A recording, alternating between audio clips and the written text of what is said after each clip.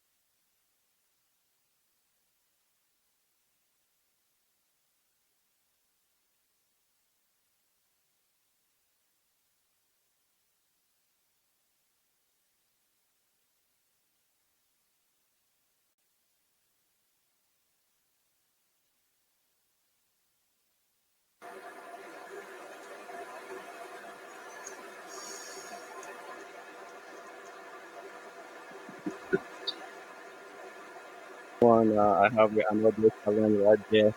So welcome everyone, especially with education. This is a new platform we're trying to create, and we might be having one of the issues with your camera. I hope can everybody hear me? Yes, we can Okay. hear you now. All right, so perfect. So this is our third series of the webinar we'll be doing today. We'll be doing the Nigeria in the global clean energy transformation. I'm your host, and my name is Ibrahim Haruna. I would like to welcome everyone. Just a quick housekeeping for those of you who are joining us. For the audience especially, we have the chat button. If you a question and answer, if you'd like to ask any question and answer, please use the Q&A, and we would attend to your question later. So any question that you may have, we're definitely going to be able to answer your question at the end of the presentation. Without much ado, I would like to bring in the chairman of NCBN KWA to please give his remark. Thank you. Good afternoon in Canada and good evening in Nigeria. My name is King Wale Adesanya. I am the national chairman of the Nigerian and Canadian Business Network. NCBN is the global network for businesses in both Canada and Nigeria, established in 2014 under the leadership of and encouragement of our former High Commissioner, our late Chief Ojoma Dweke. NCBN now represents over 200 members as a neutral, independent, not-for-profit network. Our services assist professionals, entrepreneurs, and industries to build sustainable market and profitable businesses, delivering quality, affordable products and services to as many customers as possible across the developing world. Canada is home to the world-class businesses in multiple sectors, from agribusiness, unique beverages, health food, information and communication technologies, from ocean technologies to oil and gas services. Canada and Nigeria have a long trade history. In 2018, Nigeria was Canada's second largest bilateral merchandise trading partner in sub-Saharan Africa, while with bilateral merchandise trading totaling almost $1 billion.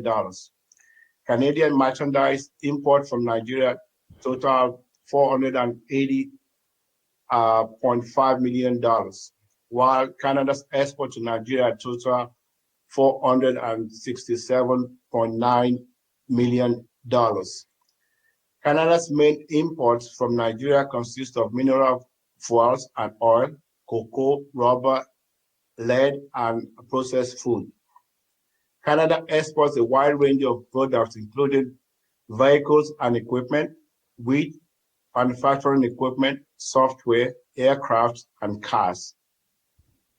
A Foreign Investment Promotion and Protection Agreement, FIPA, was signed on May 6, 2015 in Abuja, but the ratification process still has not been completed.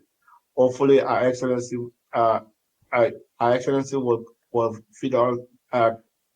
update us as to the FIPA agreement process.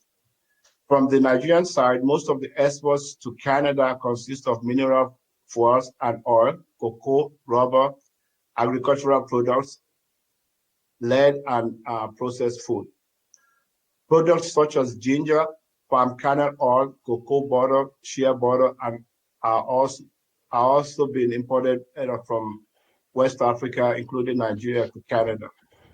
Let me acknowledge the collective effort of all our members, especially our regional hub presidents, Mr. Elaye Otofanowe in Ottawa and in the National Capital Region, Barrister Akinwumi Reju in Toronto, GTA, Dr. Ayobakare in Montreal, Quebec, Professor Segun Olude in Winnipeg, Mr. Anthony Ezeaputa in Vancouver. I also want to mention and appreciate members of our advisory council who are always there to guide us. We have 4 new additions recently. Our former chairman of NIDO NIDO Worldwide and NIDO America, Dr. Ola Kassim, former president of CAMPAD, Canadian Association of Nigerian Physicians and Dentists, Dr. Tari Aganaba, who has just moved to Ottawa recently, our former Nigerian ambassador to India, Ambassador Olushola Nikonlaye, and former Nigerian ambassador to Ivory Coast, Ambassador Ifeoma Akabogu Shinwuba. We're hoping that Ambassador Jean Gauthier will join the the group of elites that we have, and I think he already said yes. so today's NCBN Bridge Builder Series number 3 is the ultimate aim is to provide Canadian companies involved in clean tech and renewable energy with a better understanding of the Nigerian market, to which they can sell their expertise and technologies and offer opportunities to form new partnerships with relevant government agencies and local companies for technology transfer, joint research, and other form of collaboration. Let me thank everyone who has taken their time to be on the panel today, especially our special guest speakers, our own Nigerian High Commissioner to Canada, His Excellency Adeyinka Ashekun, who is also a big mentor to myself and to others, and my good brother, the first Canadian Trade Ambassador to Nigeria, Ambassador Jean Gauthier. Welcome, sir. Our business networking is the process of establishing a mutually beneficial relationship with other business people and potential clients or customers. There are many other advantages to networking. Of the many potential gains to be made, the sharing of knowledge is the most beneficial. And this is what the Bridge Builders Town Hall Series is all about. Thank you for joining the conversation today. Register to be a member at ncbn.ca. Support bilateral trade networking between Canada and Nigeria. It's a worthy investment. Today, you will love our moderator, Mrs. Patricia Bebie Mawa, the Vice President of Afro Global TV. Please stay until the end to appreciate our own daughter and global music and film sensational artist, Tommy, will perform a musical concert. And we want to thank, last but not the least, our partners, especially 6.com, whose platform we are using today. It's a Canadian company that we hope will go global very soon to compete with Zoom, and because it's better product. And we also take the opportunity to thank Ethiopian Airlines and our Nigerian partner, Spirit of Nigeria Radio, for carrying this broadcast. I thank you all for listening. Thank you. Thank you, KWA. I'm just going to, while bringing in Patricia, our host for tonight, I'm going to just play a quick video for all of you to know more about her.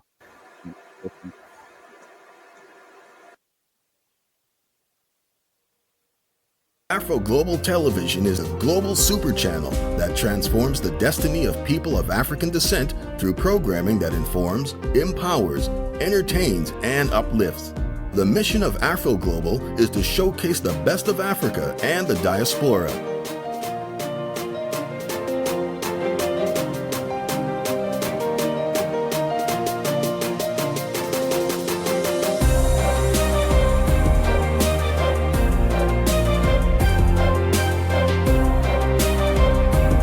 Watch Afro Global Television on Rogers Cable, Bell 5, TELUS, and Eastlink.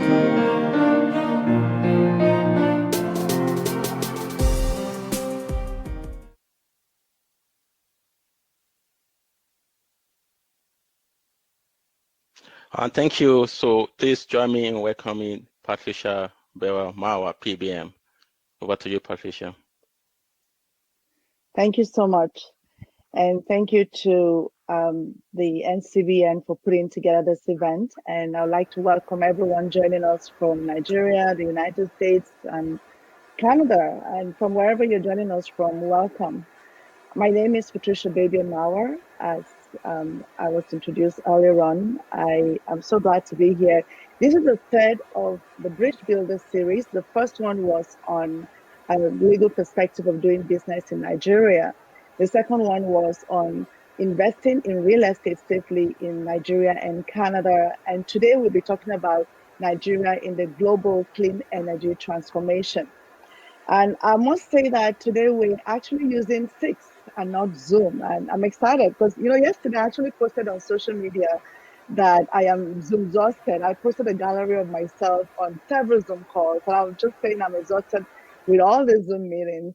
And it's refreshing to actually be joining a video conferencing meeting using another platform where I'm not too sure which button to press. But I know that if you've joined us today, you already know that 6 is very user-friendly. And I like to mention proudly that it is Canadian. And I predict that very soon they'll be giving Zoom a good run for their money. Now, today we're going to be talking about global clean energy transformation as it relates to Nigeria, our dear country. And we know that access to energy is essential for the reduction of poverty and promotion of economic growth, industrialization, communication technologies, education, agricultural improvements, and expansion of municipal water systems all require abundant, reliable, and cost-effective energy access. And a report by International Energy Agency states that renewable energy will make up almost half of sub-Saharan Africa's power generation growth by 2040. And this is because much of Africa has excellent solar potential, and coastal regions also hold great prospects for wind energy. Now, the fundamental imperative of this transformation is that it will lead to job creation and also close the industrial gap between, Africa and other developing countries in the West, and also lead to infrastructure development. So this topic is very important and very, salient at this point in time, because I know that the energy sector is one sector in Nigeria that is still struggling.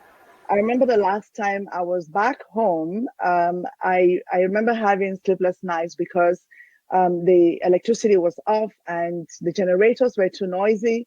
And if we turn off the generators, the mosquitoes come in and they have to deal with the heat.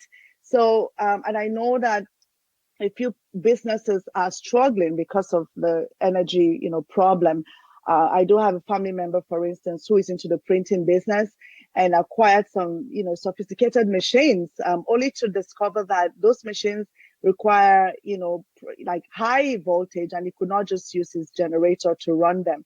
So this is a very important topic, and I must commend NCBN for bringing us together to talk about this. Hopefully this will not just be a mere discussion, but will lead to sustainable, change in the energy sector.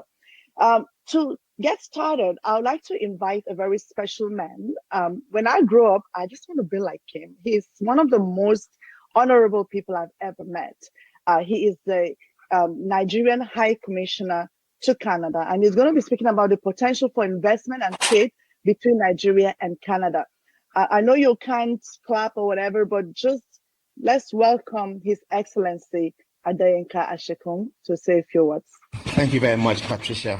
The National Chairman of the Nigeria-Canada Business Network, King Wale Adesanya, other members of the NCBN Executive President, Ambassador Jean Gauthier, eminent and esteemed presenters, distinguished ladies and gentlemen. It gives me great pleasure to be able to attend another webinar in the Bridge Builders series, and I must commend the Nigeria-Canada Business Network for their ongoing efforts geared towards the promotion of bilateral relations between our two countries. I must commend the group, and King, please keep on doing what you're doing. It's highly appreciated. My comments will focus on the potential for investment and trade between Nigeria and Canada in broad terms, and I'll leave the experts to discuss clean energy because that's the subject matter. But I became Nigeria's High Commissioner to Canada in September 2017, and one of my top priorities has been to deepen commercial ties between the two countries. Yes, it's true that Nigeria has been a top 3 trading partner with Canada over the past 5 years or so. But you see, one has to put things in perspective and in context. In 2019, the bilateral trade between the two countries was 800 million Canadian dollars. Now, that's the amount of trade done between Canada and the United States in 17 hours. So if you put things in context, we may be a top 3 trading partner from sub-Saharan Africa, but in real terms, there's not very much trade. And it also speaks of Canada's relative absence on the African continent, as it were. King spoke a few minutes ago about the nature of the trade between the two countries. I won't repeat that, but I believe that the 96% of what Canada has imported from Nigeria over the past 5 years has been mainly dominated by fossil fuels. And we know that fossil fuels is on the way out. We know that for a fact, which is why today's topic is quite topical. So it is not really the future, as it were. And that has to be something that we need to take cognizance of. I'd like to say a bit about Nigeria. Nigeria has the largest population in Africa at 200 million, and 1 out of every 5 Africans is a Nigerian. It's the 7th largest population in the world, and it has a workforce of over 100 million that is skilled, trainable, and cost-effective. And that makes it an attractive resource worthy of investment to address the needs of a global market. The population is largely young. The median age is 18.1, and we have a population of people that are very tech-savvy. Nigerian youth are very tech-savvy. They understand technology. They're familiar with it. They get excited by it.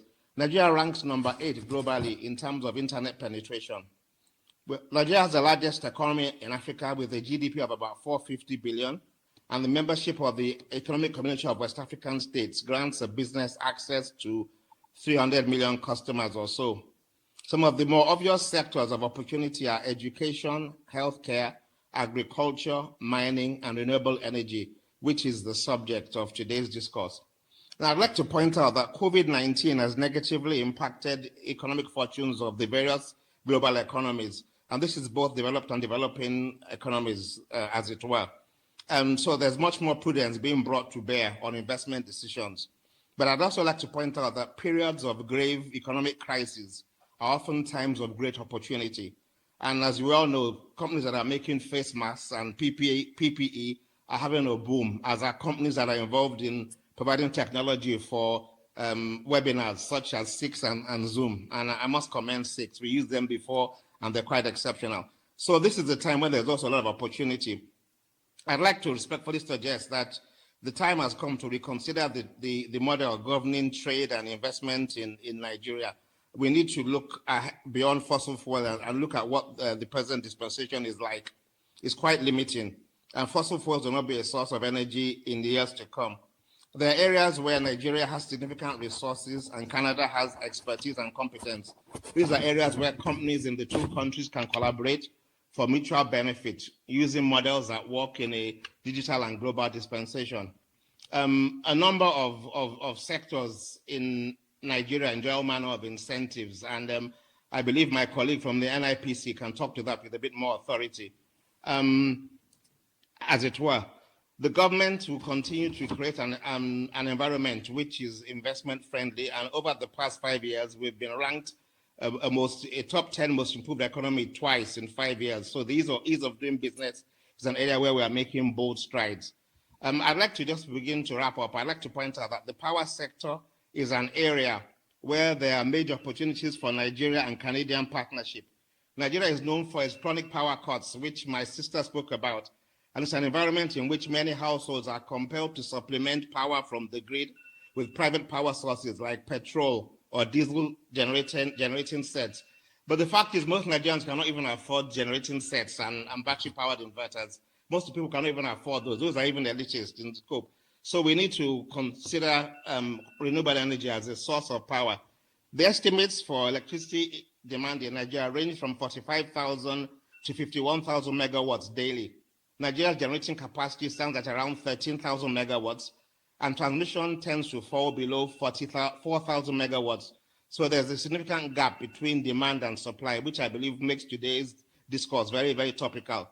There are significant opportunities for clean energy solutions. The amount of sunshine makes solar energy a very viable option, and there are various scenarios for partnerships that companies who want to come to Nigeria may work on. You can partner with the federal government, with the state government, or with other businesses.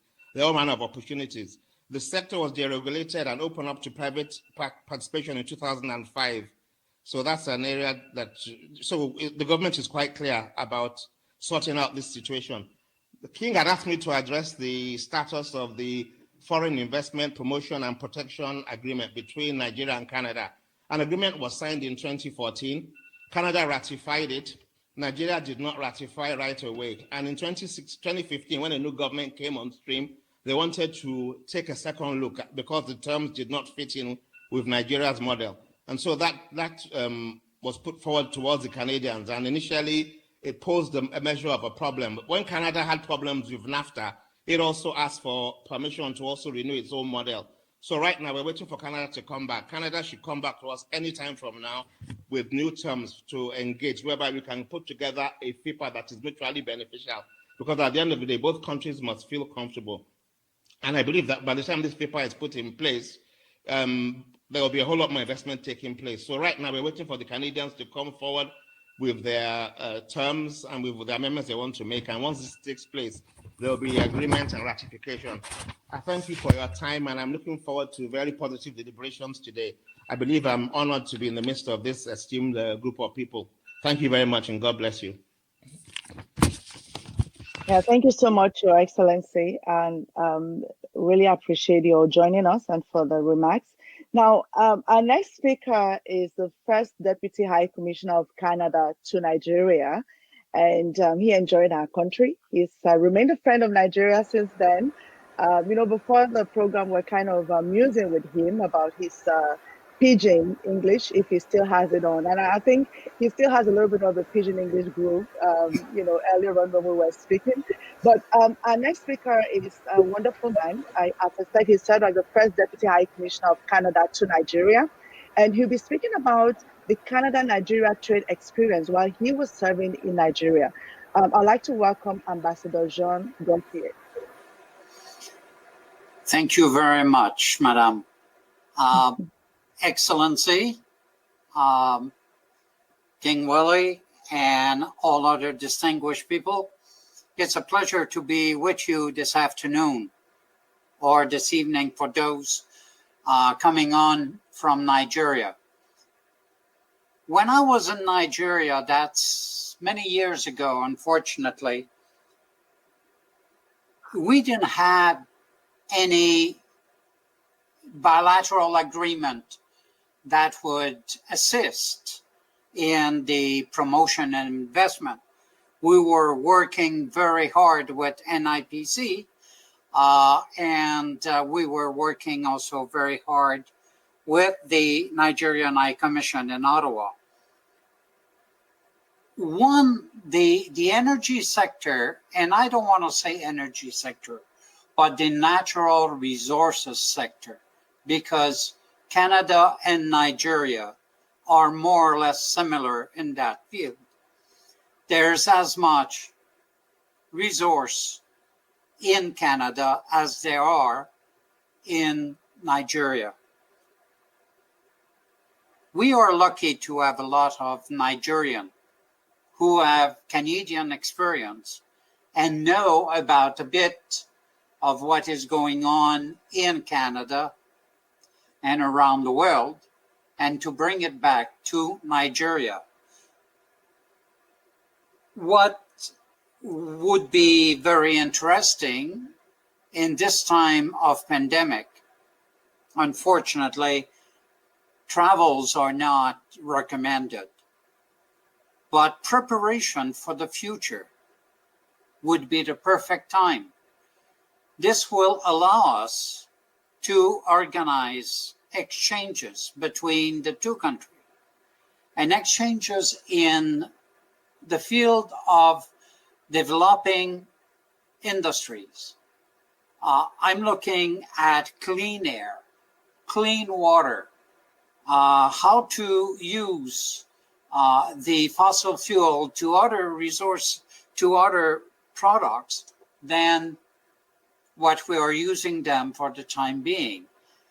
What we need is how to use electricity for the whole of the population and also for industries.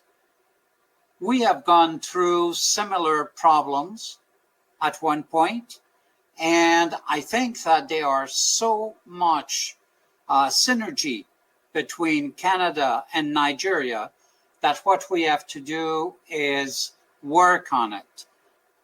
We have the chance of having a lot of Nigerian, and I repeat, a lot of Nigerian with Canadian experience who can go back and bring that experience to Nigeria. What is needed is the will on both sides to recognize that this is an exchange that would be a win-win. Canada will win because its technologies will be promoted, and Nigeria will win because Nigerian will introduce foreign discoveries or implementations to Nigerian. So in a sense, that would be very good. One of the things that is also very important is what we have been working a lot with in IPC when I was there, was to have trade missions. Trade missions coming to Canada to visit and see on site what that new technology is doing and how it is working. Those trade missions, while at times tiring, because Canada is a very small country, so you don't sit in the same chair all the time. What would be very good would not only discovering the results of these new technologies, but the possibility, and discuss with experts, the possibility of implementing them in Nigeria. It would be more of a two-way discussion with an in situ application possibility. This is a time I see the current pandemic as the time to prepare for such missions. The other aspect is to prepare on both sides. The, how can I say, the environment, the conducive environment that will allow the investment from both countries to be well perceived within the population. And that is very important. If you look at right now, what a lot of people are saying is that we have to invest in our own country first and then look elsewhere. Well, that's not conducive. We don't live alone. We don't live in isolation. So what we need is to make sure that both countries know the possibilities that exist beyond their borders. I look forward to hearing from the other presenters to see where they are standing now, what they want, and what they expect things will bring to the collaboration between Canada and Nigeria. So, Madam Patricia, I leave the mic back to you.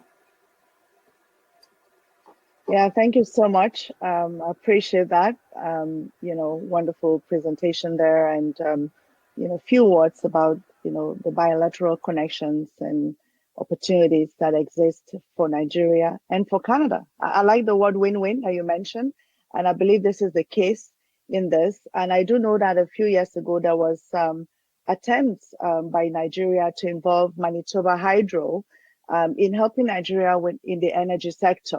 I'm not too sure where things are with that relationship, but I do know that there was a relationship and a few things got to happen there. Now, we're going to go into the panel discussion at this time, and we have some amazing people who will be joining us to, discuss this topic. But before we go into it, we will actually have each and every one of them to make a few remarks.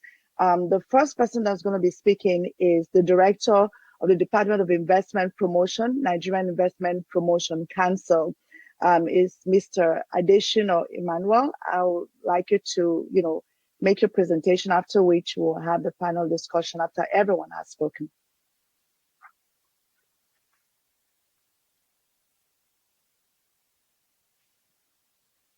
You need to unmute yourself.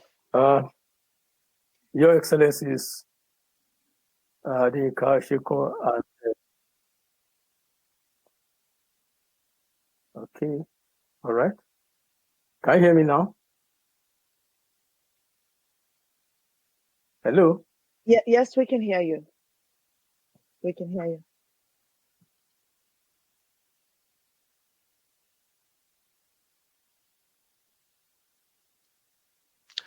Do you need your deck? Do we need his deck right now? He just dropped off. Okay.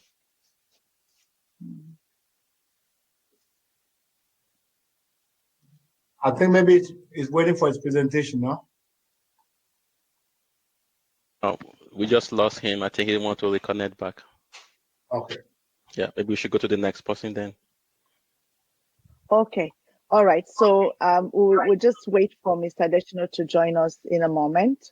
But while we actually wait for him to reconnect, we're going to call on the next speaker.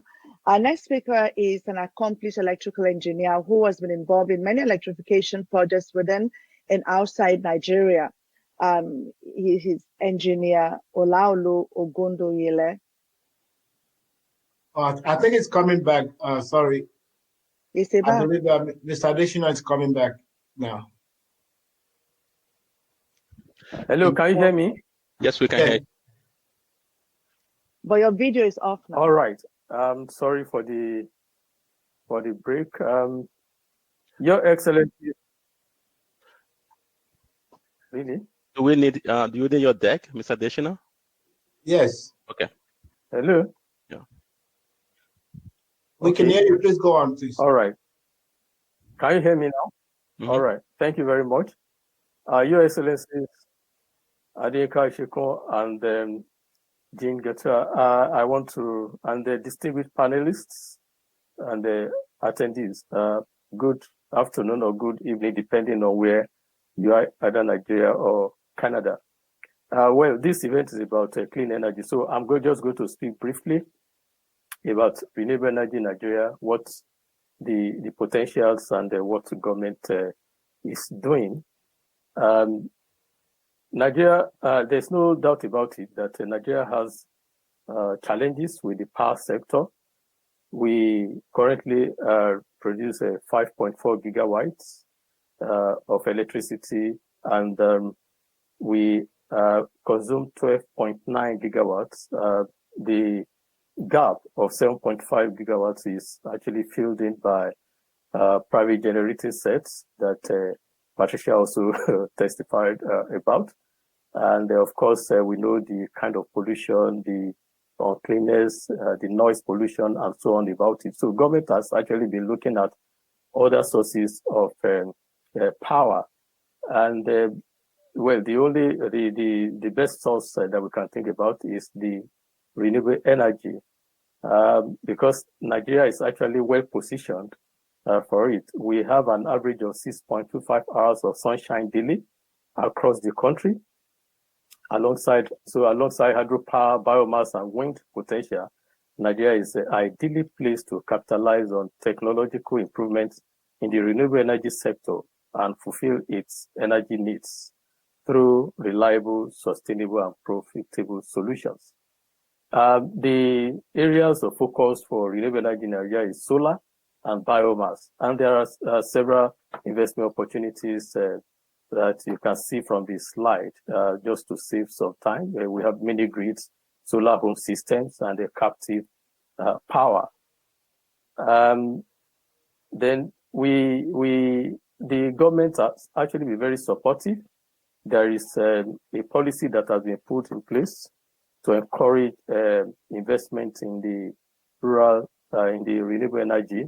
The National Renewable Energy and Energy Efficiency Policy, which aims to ensure that Nigeria by the year 2030 achieves 30 gigawatts of electricity, and 30% of that 30 gigawatts should come from the renewable energy sector. This policy has a lot of features, a lot of incentives, and it's actually something that involves all the relevant agencies of government, from the Rural Electrification Agency, the Nigerian Electrification Project, and the Rural Electrification Fund to ensure that it succeeds. I don't want to talk too much about the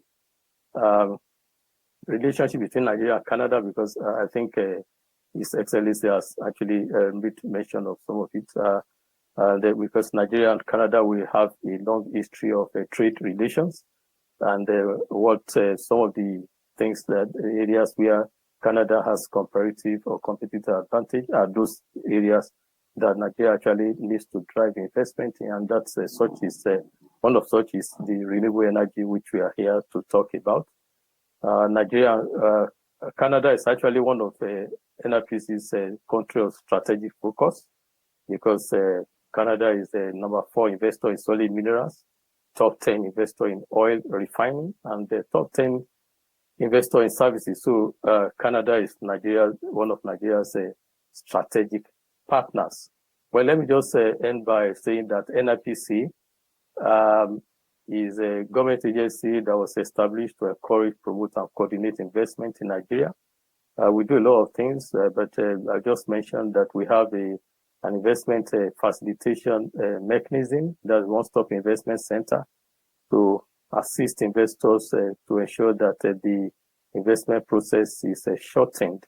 And of course, we also we administer incentive, partner status incentives on behalf of the president. And renewable energy is one of the sectors that qualify for tax holiday of a minimum of 3 years and maximum of 5 years.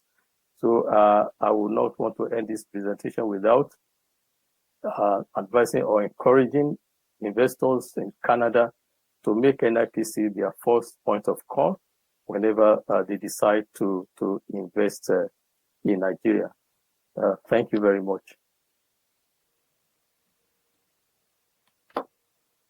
Thank you. Yeah, thank you, sir. Now, we're going to move on to the next speaker. The next speaker is Engineer Olaolu Ogundoyele. He's an accomplished electrical engineer who has been involved in many electrification projects within and outside Nigeria. You're welcome.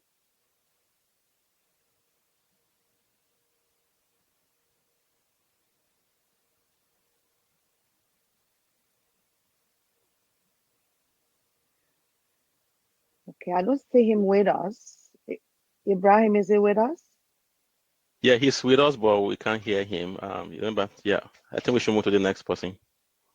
The next Thank person? you. Yeah. Okay. So the next person. Sorry. Yeah. All right. The next person is Engineer Imo Ekpo. Engineer Imo Ekpo is a professional registered engineer and a principal partner of Mecca Consult Limited. He has handled several designs and civil engineering and hydropower projects in several parts of Nigeria, Europe, and Africa. He's made more than 3 decades of policy and technical contributions in dam engineering. So he's made more than 3 decades of policy and technical contributions in dam engineering at the national and global level. I welcome Engineer Imo Ekpo.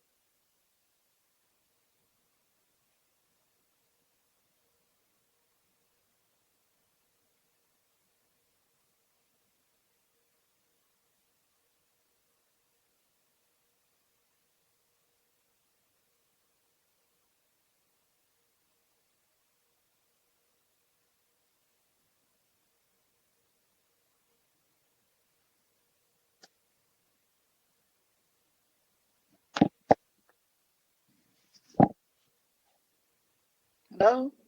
Is Engineer Apple with us? Mr. Harun, I think you're muted. Sorry about that. So yeah, Engineer Imo, we can't hear you.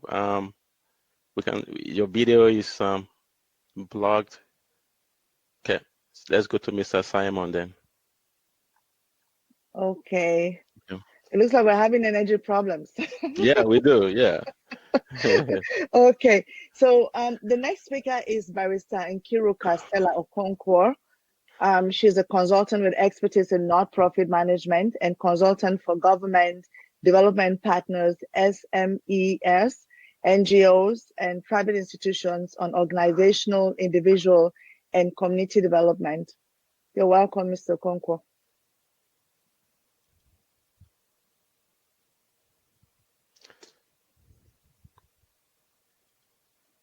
I don't see her. Is she with us?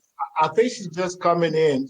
She logged into the attendees group, so she's just coming in through the presenters door right now. So please, can you go on? So Mr. Call on the Simon, let's next go one. to Mr. Simon. Mr. Yes. Simon Olowo Okay. All is right. trying to say something, and he has a PowerPoint presentation too, I think. Okay. All Mr. right. Simon, are you ready then? Okay, go ahead. PBM, go ahead. Yes. So our next speaker, is Mr. Simon Olowo, who is the Chief Executive Officer and Technical Director for Elcetric Technologies Limited. He runs the technology company that provides renewable energy solutions. Mr. Simon Olowo, you're welcome. Yeah, thank you, Patricia. Okay, so I saw two decks. I'm not sure which one is yours. I'm going to play one and see. Let me know. Is this yours? This is Imo. This is for Imo? Imo Apple, yes. Okay, so I'm going to do the second one. This is for Mr. Simon? Yes. Awesome. Okay, Mr. Simon, please let me know whenever you want me to go to the next slide, okay? Over to you.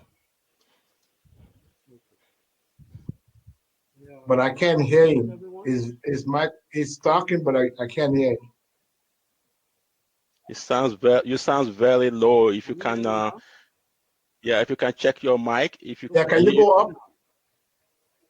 It's getting better, but we need to hear you more. Can you hear me now? Is it okay? Is it okay now? It's getting better. Is it okay now?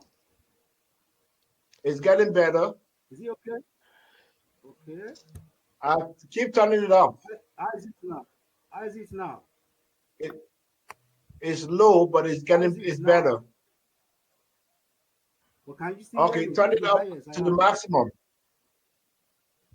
This is the maximum. Okay, go ahead then. Okay, but hope you can hear me clearly, please.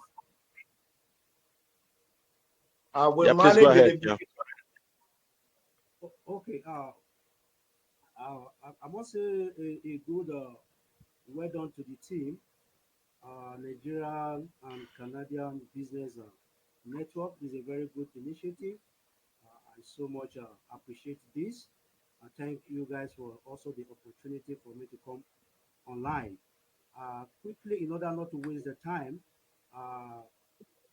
I will go straight to the presentation, and some of what I have as my introduction here are things that have been mentioned from the speaker earlier, and I would like to go straight to the energy crisis in Nigeria. It is well known that the energy generation in Nigeria as at today is not enough to power the population, and a lot of things has to be put in place in order to create access to energy. And why renewable energy? It is obvious that the solar radiation in Nigeria here or in Africa is huge, and there is need for us to plug into it. Please, can you hear me, please? Okay, now I move quickly to the problem. Nigeria industry and critical infrastructure in urban and remote areas frequently suffer from an unreliable grid supply and poor power quality. Now, if as of today, Nigeria is even able to generate the required energy, I'm afraid we might not be able to even transmit because the transmission network and also even the distribution network need a total overhauling. So we might not even be able to transmit. And also looking at the diesel generators that are widely used, but they are unsustainable. Fuel prices are increased. Generators are often what loud, and they also emit heavy foams. Many generators are also oversized and often do not run well. When you oversize your generator, it will not run well. This results in shortened equipment lifetime and high fuel costs. Now, about 55% of the population in Nigeria have no access to the grid, while about 96% of businesses are micro, small, and medium enterprises, yet account for only 46% of the national GDP due to energy challenges. Small businesses are the worst hit. They spend about 40% of expenditure on energy. SMEs resort to inefficient, expensive, and polluting generators to power their businesses. For my slide there, you can see where we have generators all over the places. This is a typical Nigeria setting that you will see in a business area, places like a computer village in Lagos. You see generator all over the places, the noises, the emissions of the gases also, which are not also good for the atmosphere. Now, the cost of inefficient fossil fuel on the increase with the removal of subsidies and others. Even from the slide also, you will also see at times there will be scarcity of fuel, and businesses will unable to run due to poor access to power. Now the solution, as energy demand continues to grow with increase in population, attention is focusing on renewable energy and energy efficiency as sustainable means to achieve energy services, stability, and mitigate climate change. This is a typical solar map of Nigeria, the solar radiation in Nigeria. You see, most especially from the middle belt, from Kogi State, Abuja, up to the north, Sokoto, Maiduguri, that's in Borno State, the Bauchi, Yobe, and others. You can see that in those areas we have a lot of a huge amount of solar radiation that could help to complement energy losses that we experience. Now, why is PV not working in Nigeria? The challenges we are committed to, number one challenges we are committed to is the question that people ask is, does solar really work? I'm on the feed, and several people have asked me this question, that does solar really work? Many mid-sized solar PV projects fail or operate suboptimally because of improper planning from both sides, that the supplier and even the client. Hence, many PV systems are not well dimensioned, planned, installed, and operated. From my slide, you will see a burnt solar PV. You can see the solar modules over there completely burnt due to substandard solar PV, due to improper planning and improper sizing of the PV. Furthermore, the quality also of the component. So, and given that the PV system is able to generate green power for 25 years, even not even up to 35 years, if well maintained. Also, we have a low capacity to finance. It's one of the challenges. Low capacity to finance, that's the initial capital for solar energy. Now, the most critical challenges that we have is the initial cost of setting up a solar system. It is easy for an individual to buy a diesel generator, or for instance, maybe at 500,000 naira, and it will be very easy for them also to buy diesel per day, maybe probably a 2,000 naira diesel per day. It is easy for them to do that, but it is difficult for them to be able to come out a huge amount of money to invest in solar. So, and they tell you that it's not cheap, that it's cost. But I will say that solar is cheap.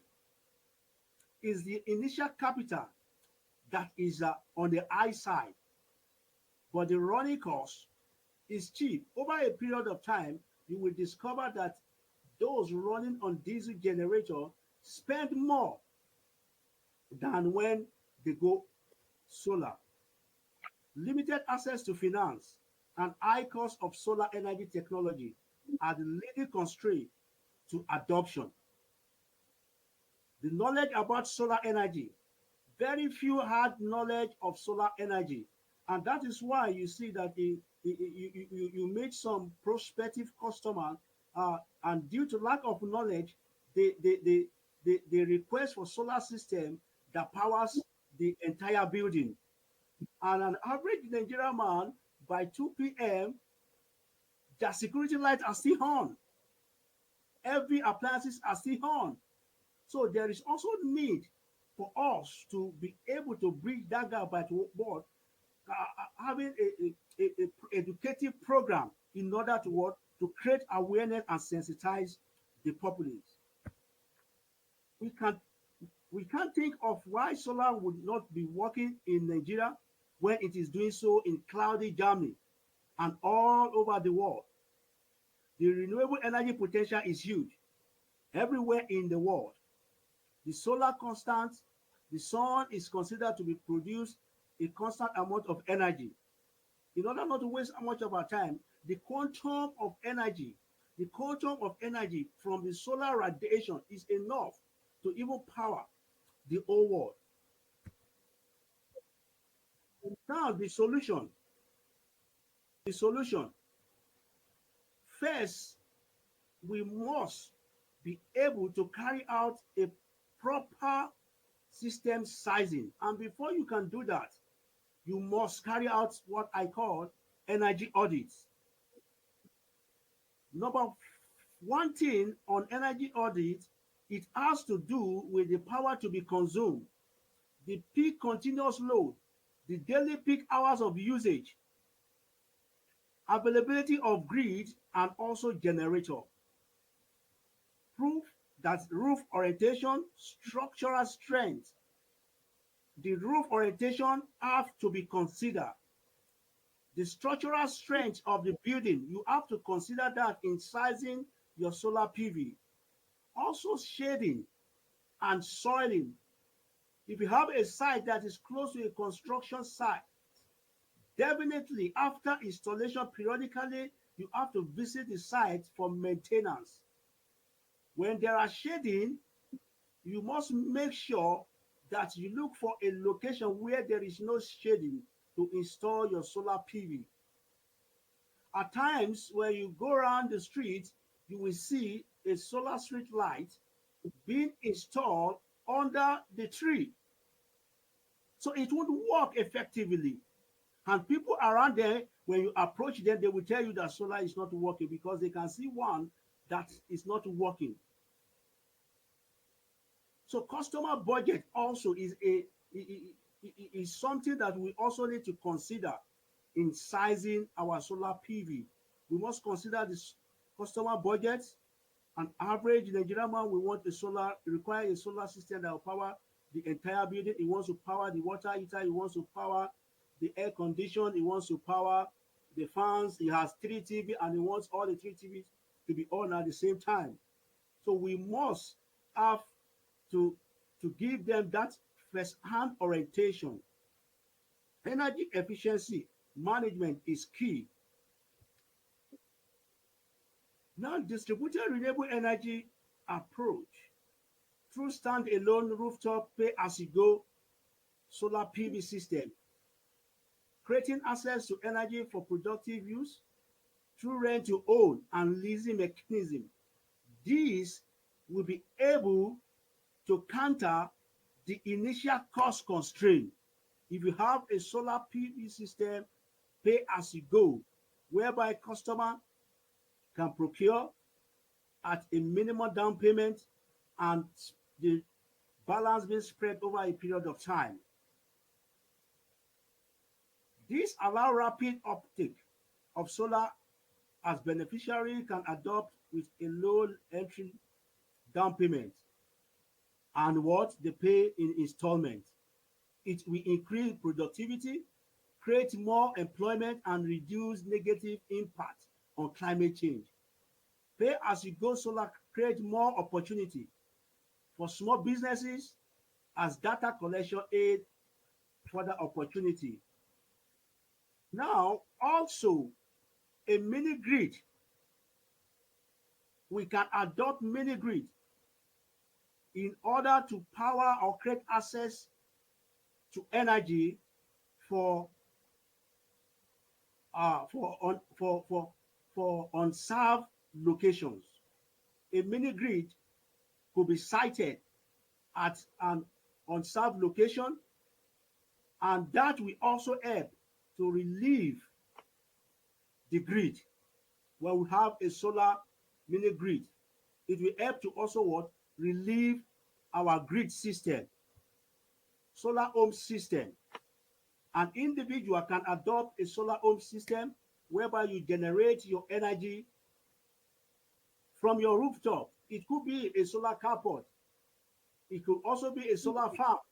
We have clients currently that have disconnected their building from the grid. This will help to also what? Relieve the grid while they generate their own energy. Solar power system for farming. From the slide, you will see a solar farm. It's a 15 kilowatt solar PV system to power an aeroponic farming in somewhere in Oyo State, Isenyi, in Oyo State. This solar system powers the farm equipment. It powers the aeroponic farming for irrigation also. Then, what is so much key about solar system in Nigeria is that the training, and is one of the aspects that in executive technology, our major focus is not only to create access to energy, but also to train technicians and also engineers on how to size solar PV system, components to be used, the safety measure in installations, system protection. These are things that are very important because a system that is not properly sized will not work. Hence, the customer goes with the mentality that solar does not work. So there is a need for us to educate our people.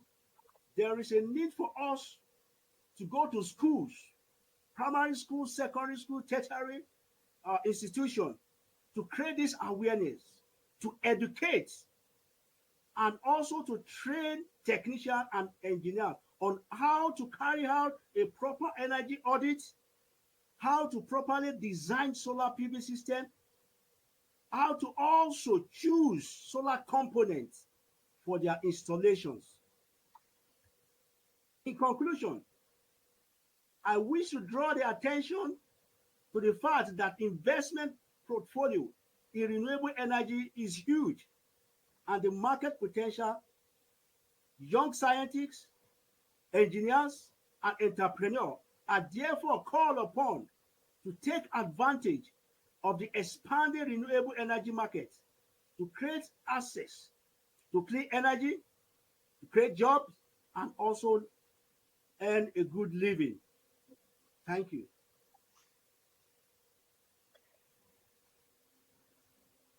Thank you, Mr. Alowo, for that very insightful presentation. Now, I'm not too sure if the other speakers have been able to join us. Mr. Haruna, do you know who is available, who has been able to join us from those that are missing? Yeah, I think Mr. Olalu Ogumbuyi is having an audio problem. You know, when before we started the webinar, we couldn't hear him.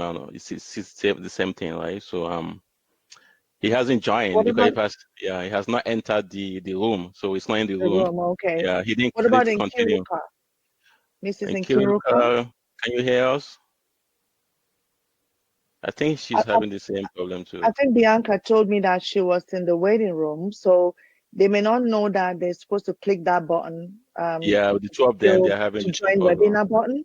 So I don't Yeah. know if somebody can call them, you know, to let them know. What about engineer Imo Ekbo? He was here a few minutes ago. I think we've lost him too. Okay. So I think engineer Olaolu Ogunduye is on, but I'm trying to get his attention. But Barrister Stella Okamku may not be able to join us because she's having technical issue from Nigeria.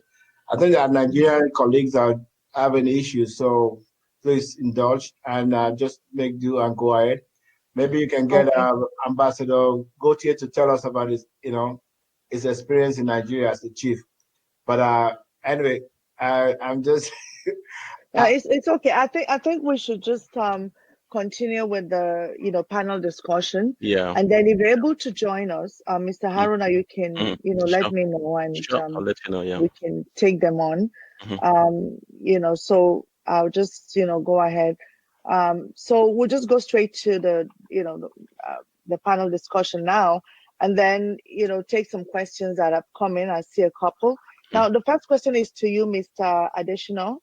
The question is there any government policy promoting clean energy in Nigeria at the moment?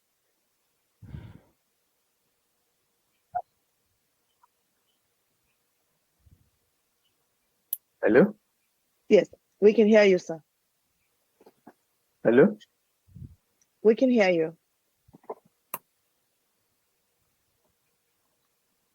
Can you hear me? All right. Sorry, yes. I didn't hear the question very well.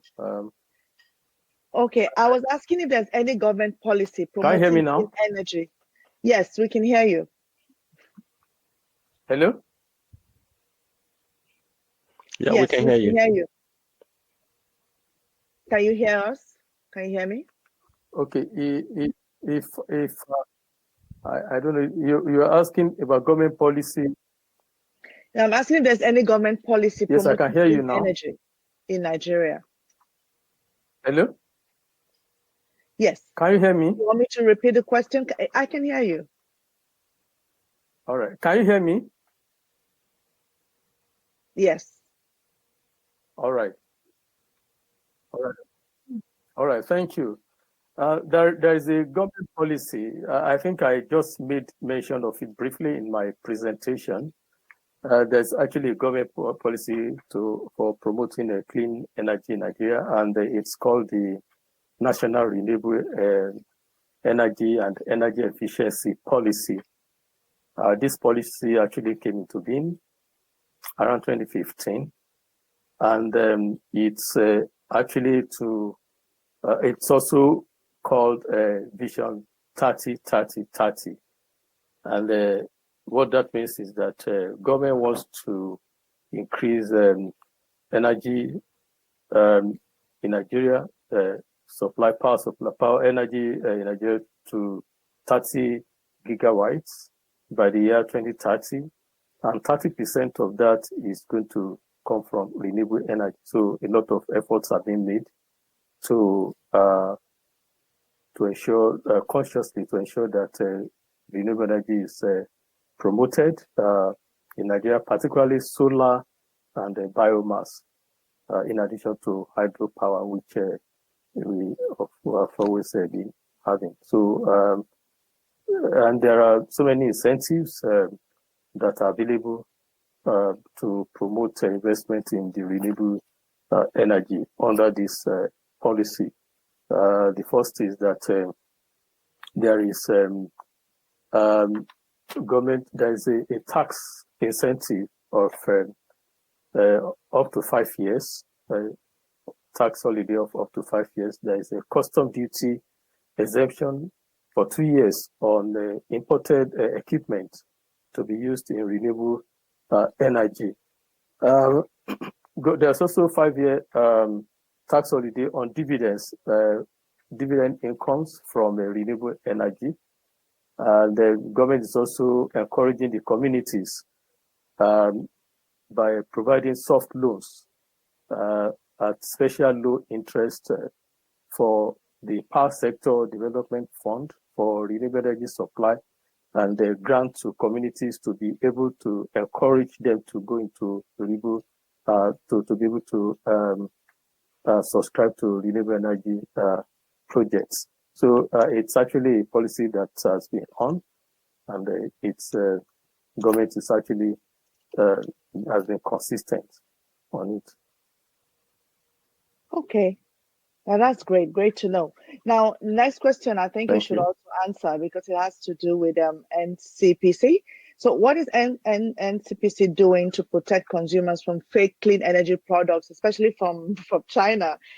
Is there any coordination between NCPC and Standard Organization of Nigeria to ensure adherence to standards when it comes to clean energy products? Because I know some people have invested in clean energy products that ended up not being useful, and especially solar energy products that folks have ordered and then developed problems along the line. So what is NCPC doing about this?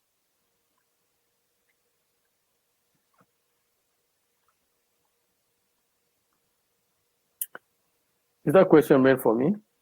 Yes, so it's meant for because it's breaking. I can't really. Oh, you didn't hear me? You want me to repeat myself? I can't make any sense out of it. Oh, okay.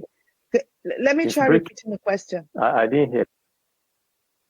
Okay, let me repeat. Okay. Just I was asking if the NCPC is what the NCPC is doing to protect consumers from fake clean energy products, especially products from countries like China, and if there's any coordination between NCPC and Standard Organization of Nigeria to ensure that there's adherence to standards when it comes to clean energy products.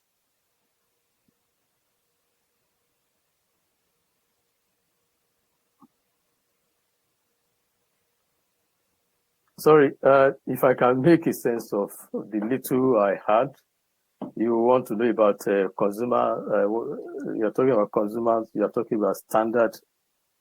I don't know I'm talking about what NCPC is doing to protect consumers, from fake products. But if that's the question, actually,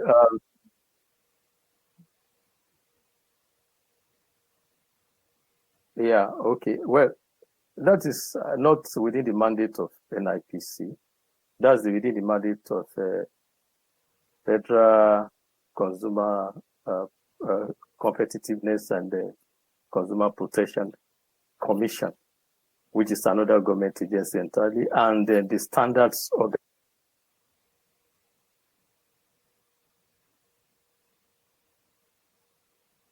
to answer the question.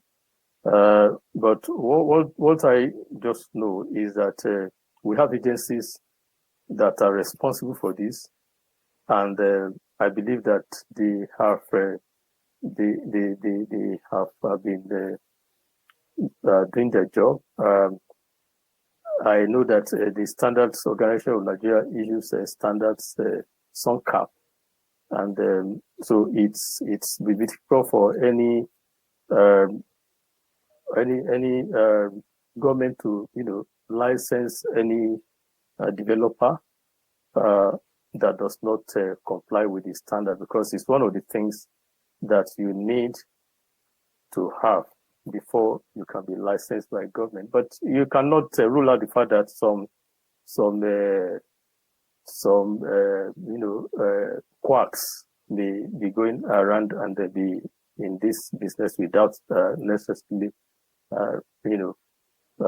going through the industry procedure for getting a license. And I think those are the kind of things that government will have to address to ensure, to enforce these standards. Okay. All right. Mr. I Lowo, I hope know you. I was able to, because I would love to show that the question. Yeah, it looks like you cannot hear me, but Hello? yeah, it looks like you cannot hear me. It's okay. So I'll just call on Mr. Lowo to chip in there. Mr. Lowo, you actually, your company does deal in solar renewable energy products. Can you help us with this question? Are there any regulations to protect consumers from fake clean energy products?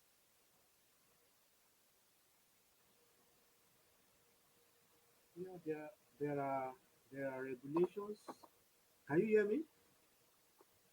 You're very faint. There If are you can speak a bit regulations. louder. The government is okay. There are regulations. The government is trying their own best in order to make sure that they kick out some of these fake products. But Nigeria is a very huge market, and in one way or the other, these products still find their way into the market. And like I mentioned in my presentation, because like what we do in executive technology in our training, we also educate our trainee on how to carry out some basic tests to confirm these solar components. There are tests that can be carried out in order to confirm your solar panel, the open circuit voltage, the short circuit current, the power rating of your panel, and others. There are equipment that you can use to really to test this product. Even the batteries, there are equipment you can make use of your battery capacity tester to ascertain if the 200 amp hour battery rated is actually 200 amp hour battery. So these are measures that are from the feed now. These are measures that we put in place to make sure that we get the right product, and also the source of your product really matters. There are some vendors that you can really vouch for in terms of quality. So I think with this, it helps, but we cannot rule out the issue of substandard solar PV component in the market. In one way or the other, these products find their way into the market. Okay. All right. So what you're saying is that there's really no proper regulation, no proper policy or way to protect consumers from purchasing, fake, or substandard clean energy products. So I'd like to bring in Jean here for a moment. I don't know if in Canada there's any way that consumers are protected, when it comes to, purchasing clean energy products, for instance, like solar panels and all that. Do you have anything to chip in regarding this? You need to unmute yourself, yeah. Yes, sorry. No, unfortunately, I'm not aware of any of those, but I know that there are discussions to be had with the regulators as to what they are proposing and how they are approaching the subject. The independence of the regulators is also very important, as it allows various projects to come to fruition. Unfortunately, when it goes down to the consumers themselves, that is a field that I think I would prefer an expert to answer. Okay, well, that's fair enough. Now, I'd like us to talk about nuclear energy. And this is because nuclear energy has a zero emission, which it's one of the cleanest source of energy. I'd like us to talk a little bit about that. But before then, let's just play a video of an interview I had with some top, people in the nuclear field in Canada who all happen to be Nigerians. And I just kind of put together a very short clip of their perspective on nuclear energy, especially in Africa and Nigeria. So let's take a look, and I will be right back to continue our panel discussion. Hopefully the other panelists can, join us before the video is over. It's just about 3 minutes. So Ibrahim, if you could play, that would be awesome.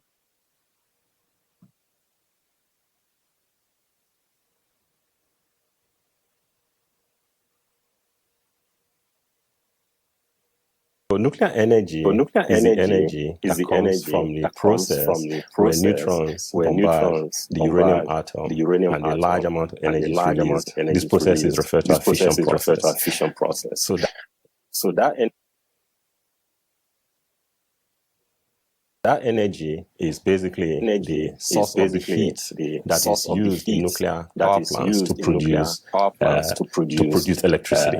So, Dr. Zamwe, I'd like to ask you about the worldwide nuclear energy status. Can you tell us a little bit about that?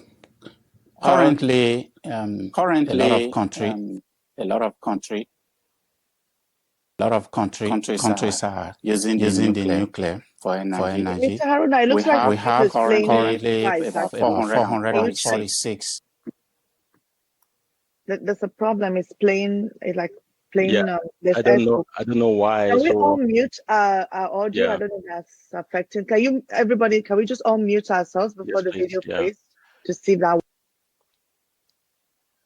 Yeah, so I don't know why it's running playing this twice. system. We're gonna try again. Nuclear reactors worldwide. So I don't know. Who's here? I don't know why it's playing twice. I don't know why. Okay, I'm gonna try again. Worldwide, and 19 of that are here in Canada, with 18 in Can we all Ontario. mute our videos? And Mr. We have Haruna, 97 I think reactors your video, it in may be process. better because it may That be is echoing either the from contract to your build them have audio. been Can you signed, mute yourself or before you they play? are Let's see. already in the stage of being built.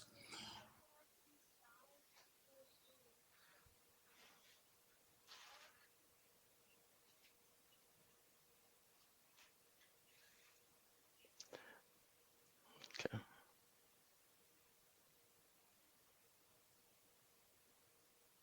Already in the stage of being built. And when it comes to Africa, in terms of this reactor, we currently have two reactors in Africa that are functioning as energy generating reactors. So, and these two are in South Africa. Then we have 4 that are soon to be in the system. Nuclear energy is so important, especially in development and industrialization. Why is Africa, the Caribbean, and some of those countries not taking advantage of it? Or what, in your opinion, is the reason for this? Nuclear energy is, when it's operating, is the cheapest source of energy, but it's capital intensive. You need a lot to get it, to start it, to get it going. And a lot of African nations don't have that, what you would call the resources in terms of finances. And that's one reason, not the only reason. Let's talk about Nigeria specifically. What do you think the Nigerian government needs to do to make sure that energy supply is constant? Having that base load to power the essentials, the 24/7 energy supply is very essential. We don't seem to have that. And I remember making a presentation almost 10 years ago to an association called Nigerians in the Diaspora. And one thing I emphasized at that presentation was the fact that nuclear energy is the best source of providing that base load generation. And then on top of that, you can have your peaks, which can be supplied by probably most of the sources that we currently have in Nigeria. And I think that is probably why the government is taking very seriously the need to look into nuclear energy as a source of electricity generation.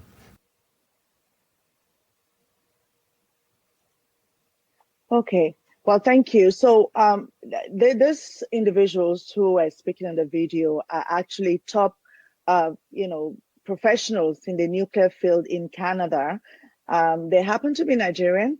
One of them actually, Dr. Peter Ozemoya, was the president of the Canadian Nuclear Society, and Dr. Samosali, who just spoke there. He's actually a manager at Kinetrix, which is he's sort of in charge of some of the nuclear energy that's produced in the province of Ontario here in Canada. So these are like, these are experts that Nigeria can tap into in the future if necessary. But I like to also speak a little bit about nuclear, because in your presentations, I know you spoke a lot about renewable energy, which is wonderful.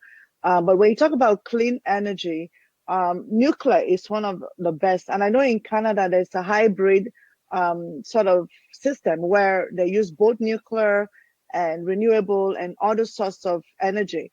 Now, my question is, where does Nigeria stand in terms of nuclear technology? I heard Dr. Ozemoya saying that South Africa is actually the only country at the moment in Africa that has some sort of a nuclear energy capability. So where does Nigeria stand at the moment in terms of nuclear as a source of energy? I'd like to start with, Mr. Adeshina. I don't know if you can hear me now. If you heard my question, I'd like to start with you.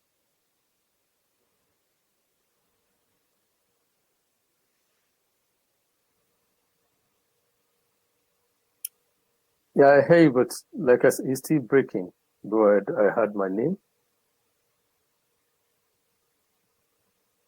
Oh, okay. So why don't you have Mr. Olowo answer the question? And what I would do, Mr. Adeshina, I would send you the question as a text in the chat.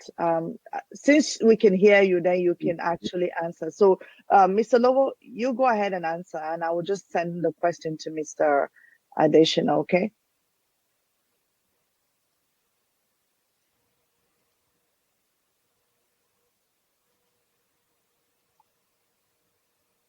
Uranium atom and the I don't know who's keep playing on the video or deck. Can people stop touching anything, please? But you're supposed to be the one, but keep playing. I don't know why. And I'm not touching anything from my end. Oh, really? No, I'm not. I look like Bianca has left, so we're kind of not sure what to do here now. Let's just wrap up. I think okay. the system. So, Mr. Olowo, did you hear my question? Are you able to tackle that? Mm-hmm. Mm-hmm.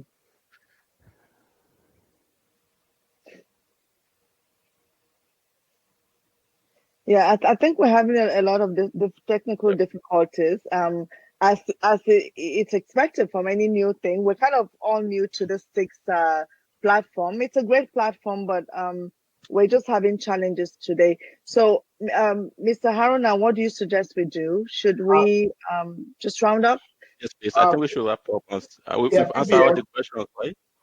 PBM, can you ask Ambassador Gauthier, about the idea of the nuclear and how Canada can help? Yes, okay, he can hear you. So go ahead, sir. As mentioned in the presentation, the nuclear energy is probably the most capital heavy type of energy. It may be clean when it produces, and it doesn't have a long life. A look at what is happening in Ontario, where we are getting rid of all our nuclear energy generating capacity. So I think that the nuclear is good, but it has its limitations. Okay. What doesn't seem to have limitation are solar, wind, and water. Hydroelectricity is one of the expensive one in the tree. The wind is not, but the main problem will be how can I say, the capacity to contain and supplement the production, and the same with the solar. There were some Canadian company interested in doing solar energy in Nigeria when I was there. Unfortunately, I lost track of that project, and I cannot tell you where it stands. But there was a real interest in producing solar energy in Nigeria. Okay. All right. Yeah, thank you for that, that note. I think we just call on Mrs. Ajayi now to give the vote of thanks, since we're having so many issues. But before then, Your Excellency, would you like to Yes. say anything? Would you like to say anything about this before we? Yeah.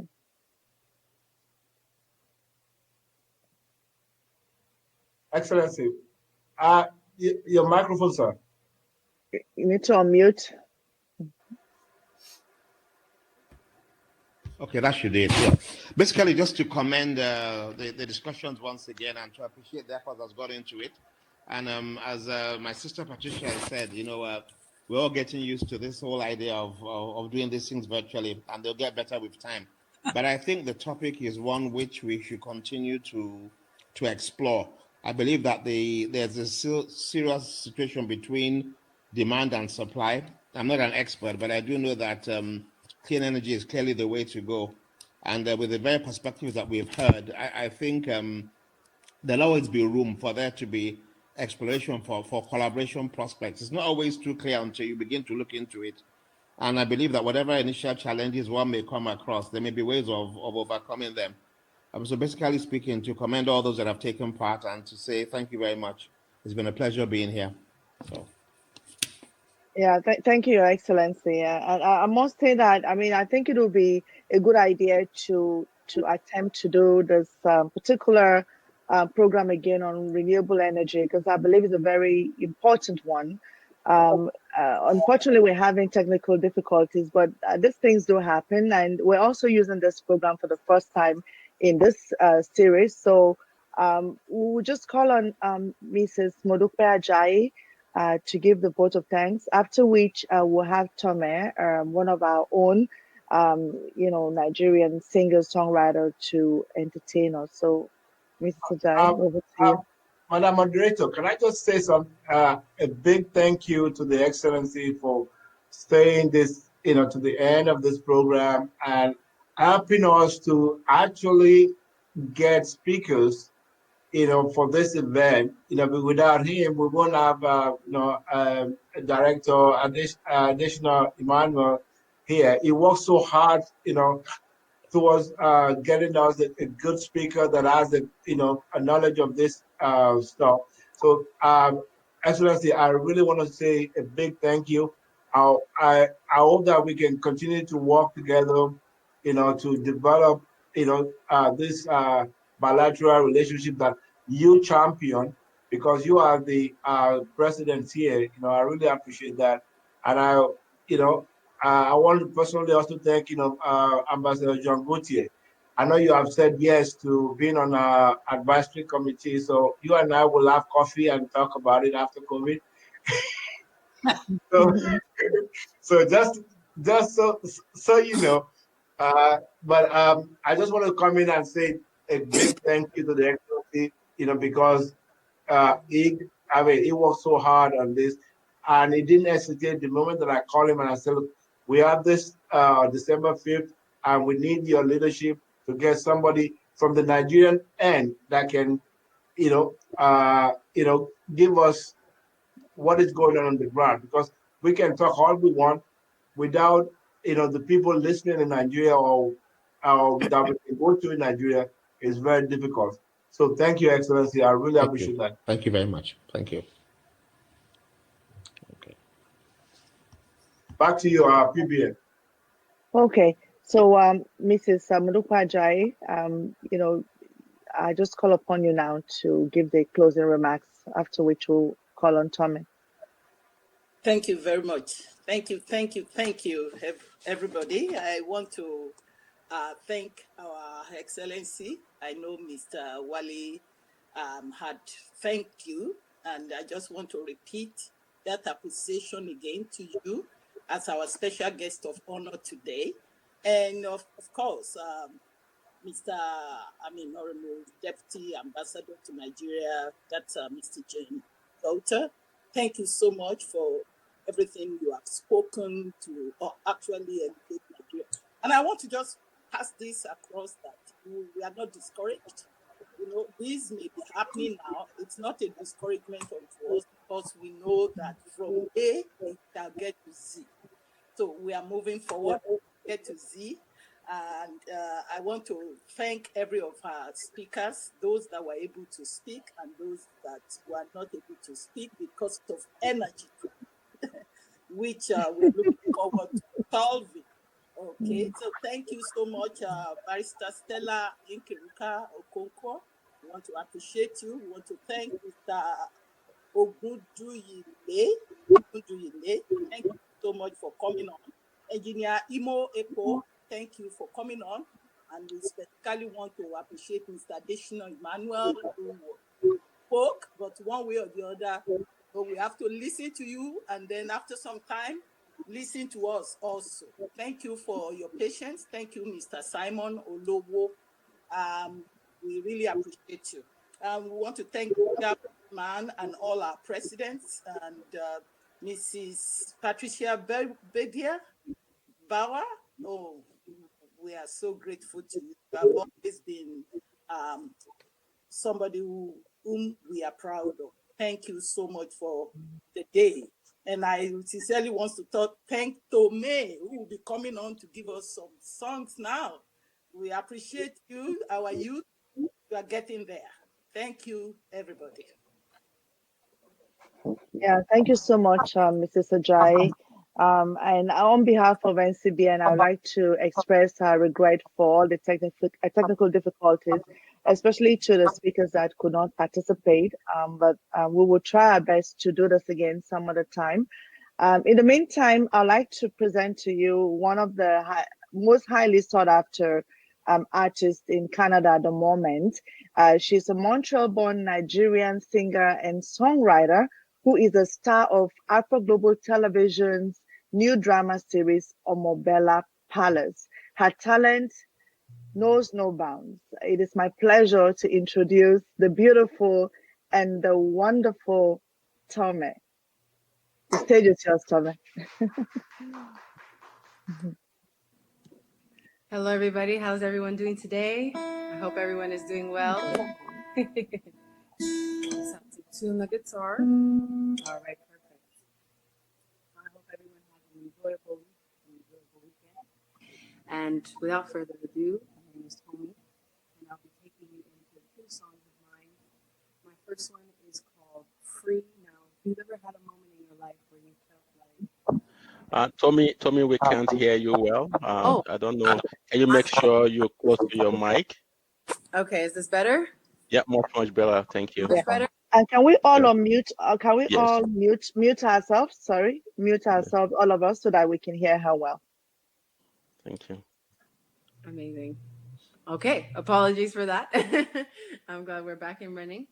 But yes, if you've ever had a moment in your life where you felt like accepting yourself may not be easy, or going through certain things is hard to accept, as much as you might want to run away from it, you can never really run away from your truth because you're home. I can't run away from. I can't run away from home. I'm running, I'm gone. I'm running, I'm gone. I can't run away from home. I'm running, I'm gone. Talking got me mental in my song. Defensive, sentimentally in my bones.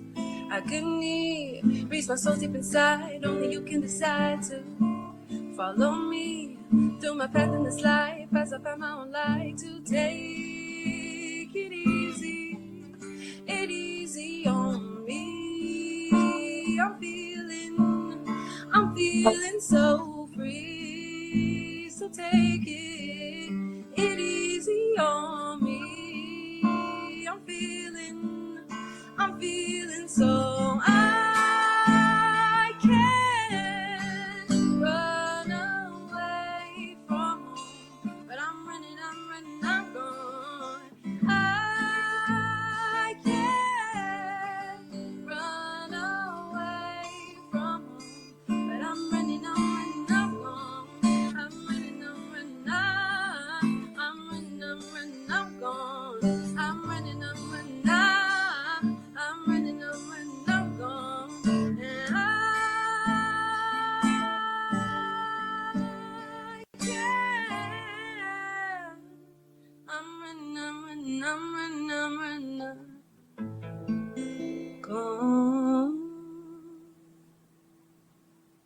And now going into my last song of the evening and my latest single. I think we can all agree 2020 has been an incredibly interesting year, to say the least. And with all the ups and all the downs that have come with it, we are still here, we are still alive, and we are still well, and we keep faith and we move forward. And that is what inspired my song, I Pray.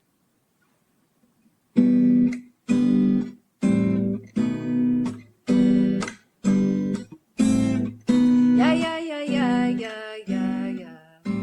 Yeah, yeah, yeah, yeah, yeah, yeah. Gunmen wanna knock me down. Come on and come and shoot me now. You wish that you could take my side. You're asking me to catch a flight. I say no. No fighting, no cussing, no war. Just love and affection for all. When you come around, leave my spirits off so you can take a bow. Whoa, I'm on my knees and I pray, crying, Lord, have mercy on me. Don't let them break down. Okay, sorry about that. I don't know. There was a video that popped out and everything. Apologies for that. Oh, I'm on my knees and I pray, crying, Lord, have mercy on me today. Don't let them break me down. Knock my demons out so you could save me now.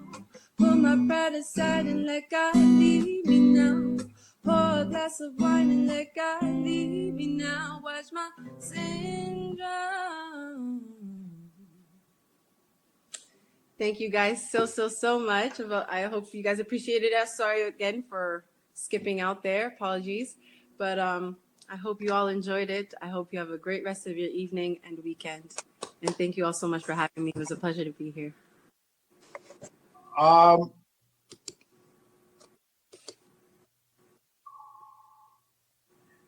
Tommy, before you go, I just want to say thank you, for coming. Of course, thank you. And I'm sure that, the Excellency knows you now, and the former, ambassador to Nigeria knows you now.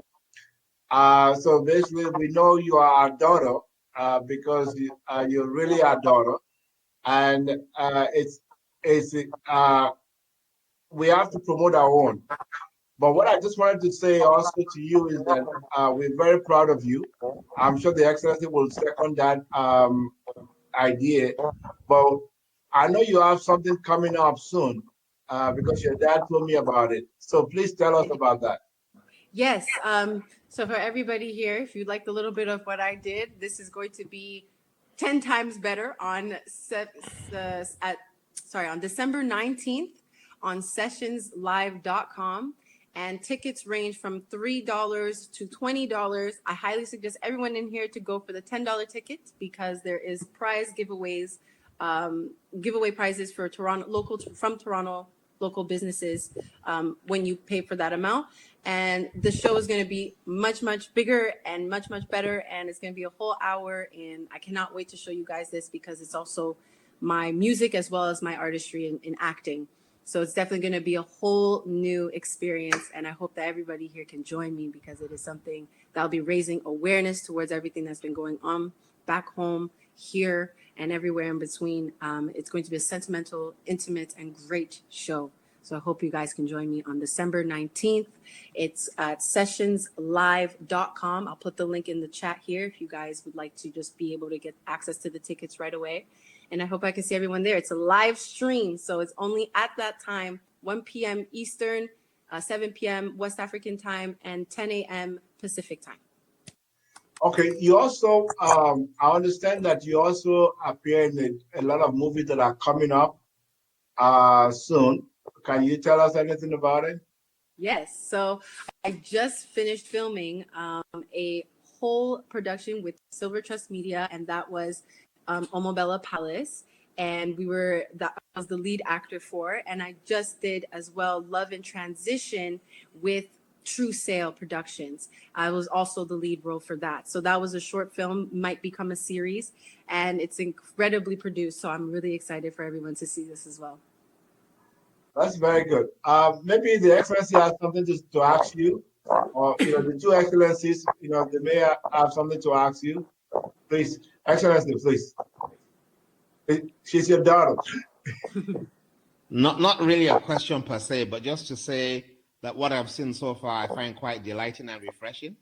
And I look forward to more things to come. And I believe that from what I've seen this evening, there's a whole vista of opportunities ahead of you. And the sky is not even the limit. So just keep on doing what you're doing, stay focused, and we're proud of you. If there's any way in which the High Commission can support what you're doing, please let us know. We're all for improving the narrative on Nigeria and showing the best and brightest that we have to offer. And Nigeria has a lot. Well done. Thank you. Thank you. Thank you, Excellency.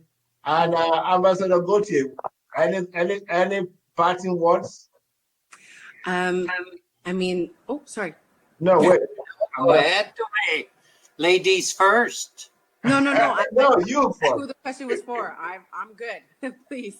It always surprised me to discover how many Canadians have talents and can bring together two cultures. So congratulations. Thank you. And keep at it. Thank you. Thank you, Ambassador Gautier. Tommy, I'm like, you might like my daughter. You know that. I got mad love for you. And your father is actually on the executive council of the NCBN network. So whatever we can do to promote you, we will do. And I expect good things from you. You see, when I was growing up, our parents always have expectations for us. They tell us what you're going to be. So it's like, you're going to be my doctor, you're going to be my lawyer, you're going to be this, you're going to be that. And that motivates us. So I'm going to pass that to you. I say, I expect you're going to be a Nigerian Canadian superstar. Yep. So to make it happen. I'm pushing that on you, and you're gonna live up to that now. Most definitely. I got you. Definitely. And you need to let us know what we need to do for the youths in the community. Just to reach out to them, right? I would say the way the youths are growing up now, everything is social media based, really and truly. And the best way to reach out to them and to connect with them is in the most relatable way, which is through social media, through trending topics, through things that can really bring them into the light. And also, I mean, this is for Canadian business, Nigerian Canadian business. And so I would say a lot of our, well, this is just from my perspective, really and truly. I hope it's not taken out of context in any way. But from what I see is that we take a lot of our business now into media, into online. Everything's online, everything. And we start a lot of our portfolios in business through these social media platforms. So I would say just being as advanced as we can be with the technology and being as loud as possible online is the best way to reach the youth right now. It's actually the only way, even for me. I can only reach them online. That's it. So Okay, Tommy, I have a question for Tommy. I have a question for Tommy. Please go ahead. So Tommy, I hear you loud and clear. You know, the youth of nowadays, they always sit back and they want the elders to reach out to them. How about the other way around? Why are the youth not stepping up?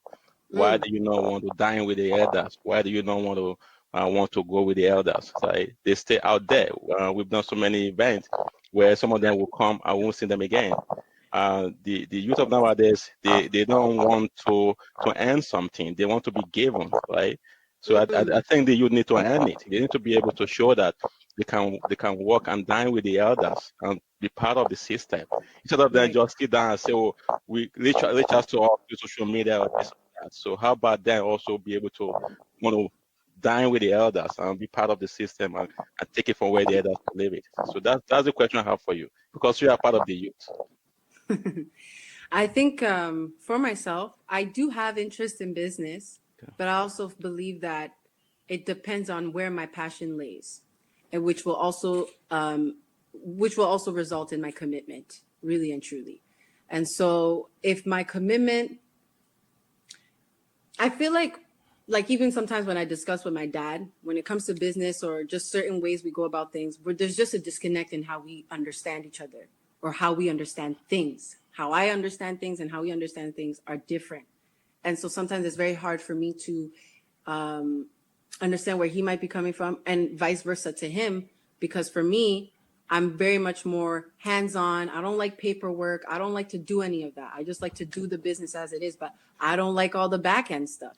Now, I've noticed that is me personally. I can't speak for everybody, but I do know from a lot of entrepreneurs who are youthful in my age or who are interested in business, and just through music and working with my dad and being able to, when we asked for sheets and so on and so forth, when we asked for certain things and we're asking for checkups and how you doing, where's the result, where have we moved forward, where's the progress and what we've started, nothing's written down anymore. No one, from what I've noticed with people I've worked with who are 30 or younger, the method or the process of business is different.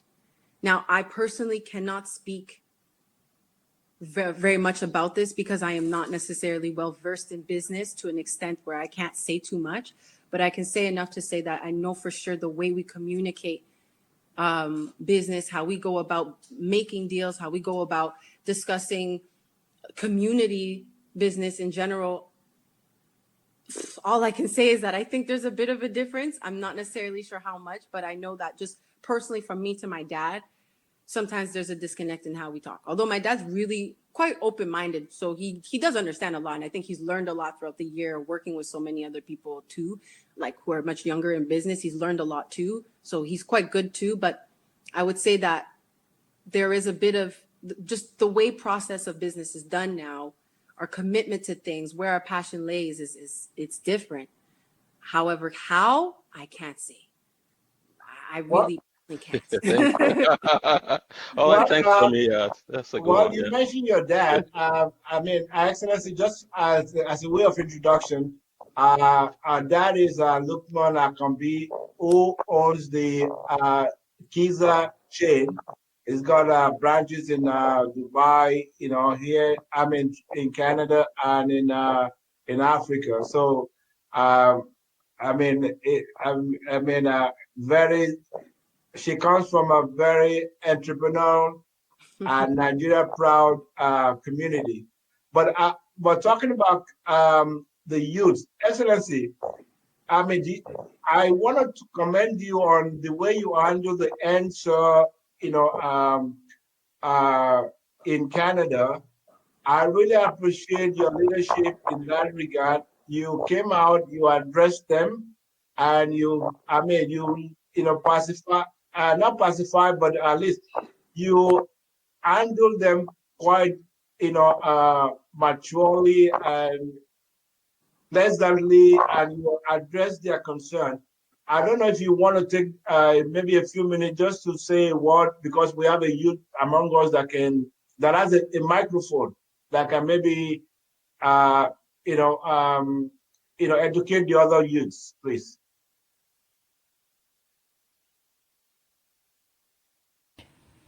Well, basically, you know, the point that we tried to get across to the youth that came, and as you will observe, I stepped out with my wife and my children, who also are relatively young. And it's important that they understand that we feel their pain, we feel their concerns. We're not trying to make light of all the issues that they're raising, but I believe that some of these things, the changes that they want, may not take place overnight. There's a process, there's a way you go about engaging, and we can't wish that away. But I just want them to be assured that a vast majority of us, you know, feel their pain and their concern. We also want a better country. We want things to be better back home. And the fact that I represent government here does not mean that I cannot say that. We want things to get better. Things can be better. And we will do whatever we can, at least within our own span of control, to make sure that the concerns of the youth are being brought up appropriately and being properly represented. And any which way we can, we will like to help. You know, there's no antagonism here, which is why we stepped out to engage with them and to let them understand that we feel their concerns and we feel their pain. So I have young children myself, and I also want them to have a better country. So that's pretty. Well, thank you, Excellency, and I really appreciate you know the. And I want to apologize on behalf of the Nigerians in Canada regarding the issue at the embassy, where you know some people were rudely, you know, not even worrying about COVID, thinking that because you have provided a leadership service as far as the passport visa is concerned. It was so, I mean, Canada was the leader globally in terms of where you can get your passport the same day. And some of us as Nigerian Canadians, I mean, were very rude to the staff at the embassy, and, you know, which caused a lot of confusion. I think that, you know, we need to, you know, understand that, you know, no, anywhere you go now, there's COVID, that things are not the same way that it used to be. So we have to put that into the contents of things. But I just want to say, you know, I apologize on behalf of my fellow, you know, Nigerian Canadians to the mission in terms of, you know, what happened, what transpired there. And I also recognize your leadership, because things look like it's trending towards the, you know, what it used to be, which is, you know, like fast service, the fastest service possible, you know, for visa and passport. I really thank you, and I recognize your leadership, sir. Thank you very much, King. Just to add to that, you know, the situation before was that you could just come by anytime and pick up your passport once you've paid. But by the time we took into account the public health guidelines in Ontario, we realized that we couldn't just allow that to happen. So we have to limit the number of people that can come into the mission on a daily basis. So it has to be strictly by appointment. People found that a bit difficult to accept, but we had to be firm And now we put in place, access control, which we've installed, and we have a bit more order in the place now. We're still going to provide people the best service we can, but COVID is real, and we have to accept the fact that it changes things. It's a game changer. None of us like it, but we have to adjust accordingly. We'll do the best we can for our people. We are committed. Thank you very much, Excellency. And Ambassador Gautier, I see that you are living in Nigeria now. The light is dark in your background now. You know, you're my brother, I can tell you that. So this is not NEPA situation. This is Canada. So you have any parting words for us? Last one, Ambassador Gautier. I have to unmute. Yeah, good idea. I have to unmute. I'm sorry. I fully agree with what His Excellency just said. COVID is real. COVID is here. You are all too young to be that much afraid of COVID, but we still have to take it seriously. And multi-generational societies like the Nigerian one understand more about it than many people will do. As for the Nigerian Canadian Business Network, I'm very happy that they reach out once again, and I will give you all the support I can whenever you call me. And it was a pleasure to be part of this experience this afternoon. High Commissioner, we didn't have too much chance to discuss since you arrived, but let's put it that way. Let's COVID disappear and we will see each other, I'm quite sure. I look forward to that, Excellency. I look forward to that. Will be my pleasure. Thank you. Thank you. Tommy. My two Excellencies, thank you very much. Engineer Oluwo, do you have any parting words for us before we close? Since you're the only one in Nigeria that we have done.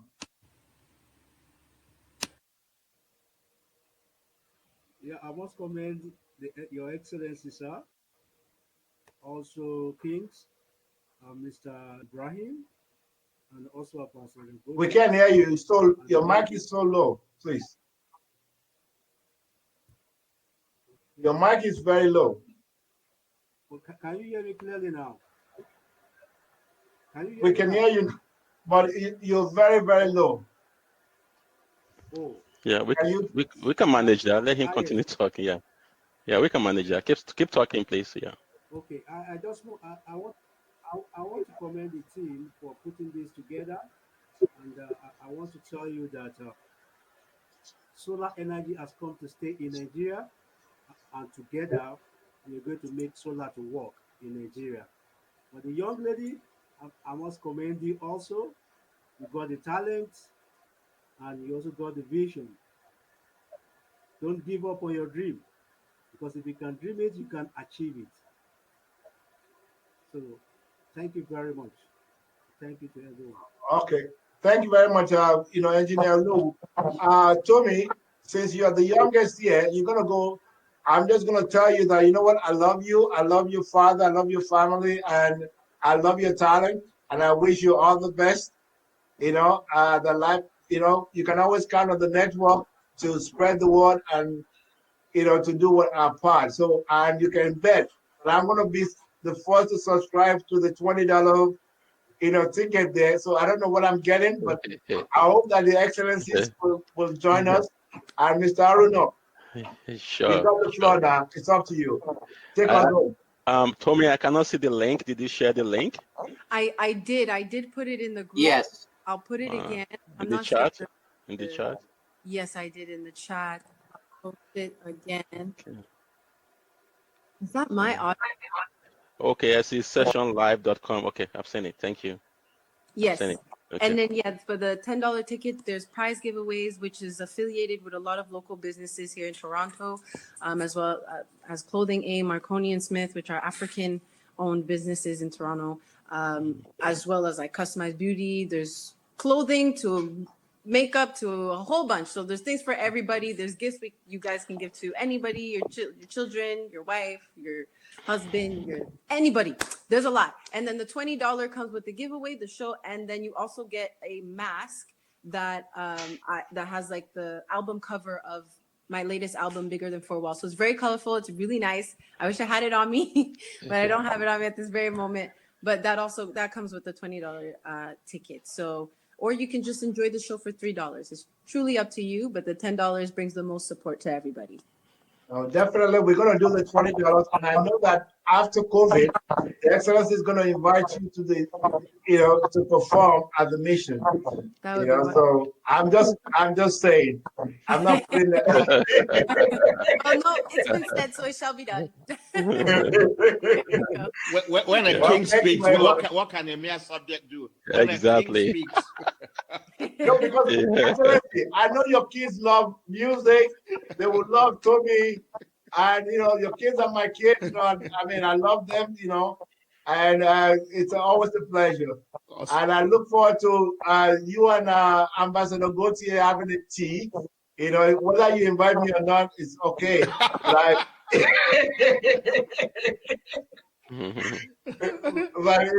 I'm glad that you all can meet.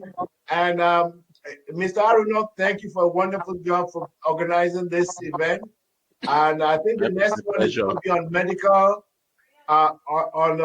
Medical because of COVID and the new vaccine. We want to basically see how Canada can assist Nigeria, to make sure, with the vaccine and all that stuff. So we're going to work on that for February, March, and hopefully Excellency will be able to join us at the same time. And Ambassador Gautier, you're now a member of our advisory committee. So you're welcome to join us anytime. And if there's anything that you want to contribute to Nigeria, please, talk to our ambassador or talk to us. Well, thank you. KW, don't forget to stop the recording, then we can end. Okay. Thank you so much, Your Excellency. Thank you for joining. Thank you, Mr. Simon, John, Tommy, everyone, all the attendees. We really appreciate all your coming. So let's look forward for the next one. Thank you, everyone. Thank you. Thank you, Mrs. Ajayi. Thank you. Okay. Yeah. Thank you very much.